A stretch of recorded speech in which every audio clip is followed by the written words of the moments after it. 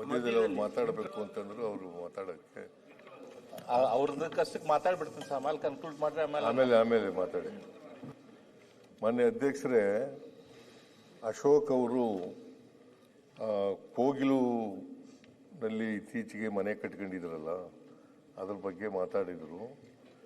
ಮನೆ ಕಟ್ಟಿದ್ದದು ಯಾವಾಗಪ್ಪ ಅಂತಂದರೆ 2019ರಿಂದ 2022ರವರೆಗೆ. ಯಾರ ಸರ್ಕಾರ ಇತ್ತು? BJP ಸರ್ಕಾರ ಇತ್ತು. ಆಗ ಕಟ್ಟಿದ್ದದ್ದು.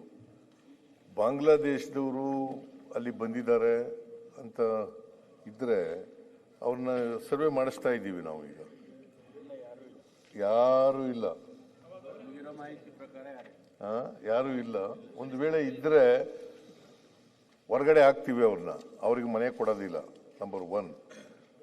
ನಂಬರ್ 2, ಕೇಂದ್ರದಲ್ಲಿ ಈಗಾಗಲೇ ಪರಮೇಶ್ವರ್ ಅವರು ಹೇಳಿದ್ದಾರೆ, ಕೇಂದ್ರದಲ್ಲಿ ಈ ಬಾರ್ಡರ್ನಲ್ಲಿ ಬರೋರು ಯಾರು ಸರ್ಕಾರ ಇರೋದು ಕೇಂದ್ರದಲ್ಲಿ?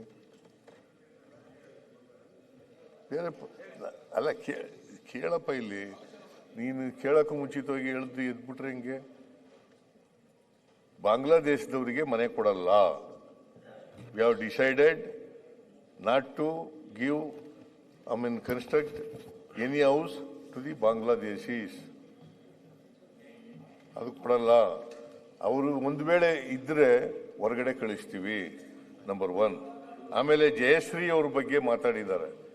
ಜಯಶ್ರೀ ಅವರಿಗೆ ನಾನು ಮಾಹಿತಿ ತರಿಸ್ತೀನಿ, ಇನ್ನು ಮಾಹಿತಿ ಇಲ್ಲ, ಆ ಮಾಹಿತಿ ಎಲ್ಲ ತರಿಸ್ತೀನಿ.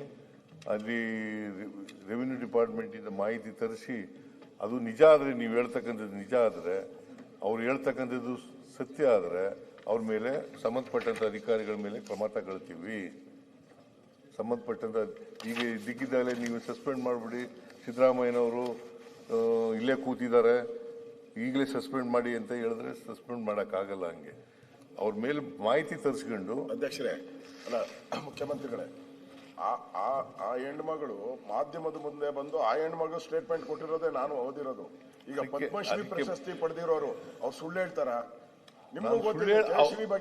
ಜಯಶ್ರೀ ಅವರು ಸುಳ್ಳು ಹೇಳ್ತಾ ಇದ್ದಾರೆ ಅಂತ ಹೇಳಲ್ಲ.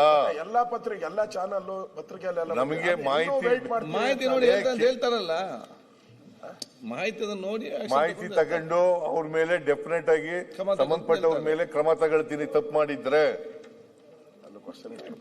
ಆಮೇಲೆ ಮಾನ್ಯ ಅಧ್ಯಕ್ಷರೇ, ಈಗ ಸುನೀಲ್ ಅವರು ಏನು ಹೇಳಿದ್ರು, ಹಾದಿ ತಪ್ಪಿದೆ ಈ ಸರ್ಕಾರ, ಮತ್ತೆ ಹದಗೆಟ್ಟಿದೆ ಕಾನೂನು ಸುವ್ಯವಸ್ಥೆ ಬಗ್ಗೆ ಈಗಾಗಲೇ ಇವರು ಹೇಳಿದ್ದಾರೆ, ಪರಮೇಶ್ವರ್ ಅವರು, ಗೃಹ ಮಂತ್ರಿಗಳು.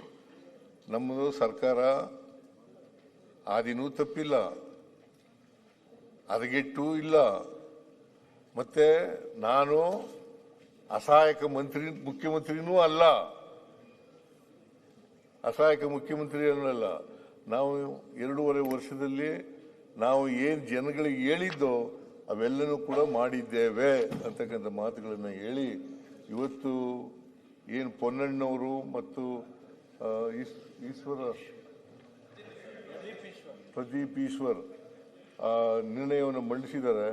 ಆ ಬಹುಶಃ ಎಲ್ಲ ಸದನದ ಮಾನ್ಯ ಸದಸ್ಯರುಗಳು ಕೂಡ ಅದಕ್ಕೆ ವಂದನೆ ಸಲ್ಲಿಸ್ತಕ್ಕಂಥ ಕೆಲಸವನ್ನು ಮಾಡಬೇಕು ಅಂತಕ್ಕಂಥ ಮಾತುಗಳನ್ನು ಹೇಳಿ ನನ್ನ ಮಾತುಗಳನ್ನು ಮುಗಿಸ್ತೇನೆ. ಮಾನ್ಯ ಅಧ್ಯಕ್ಷರೇ, ಕಾನೂನು ಸುವ್ಯವಸ್ಥೆ ಬಗ್ಗೆ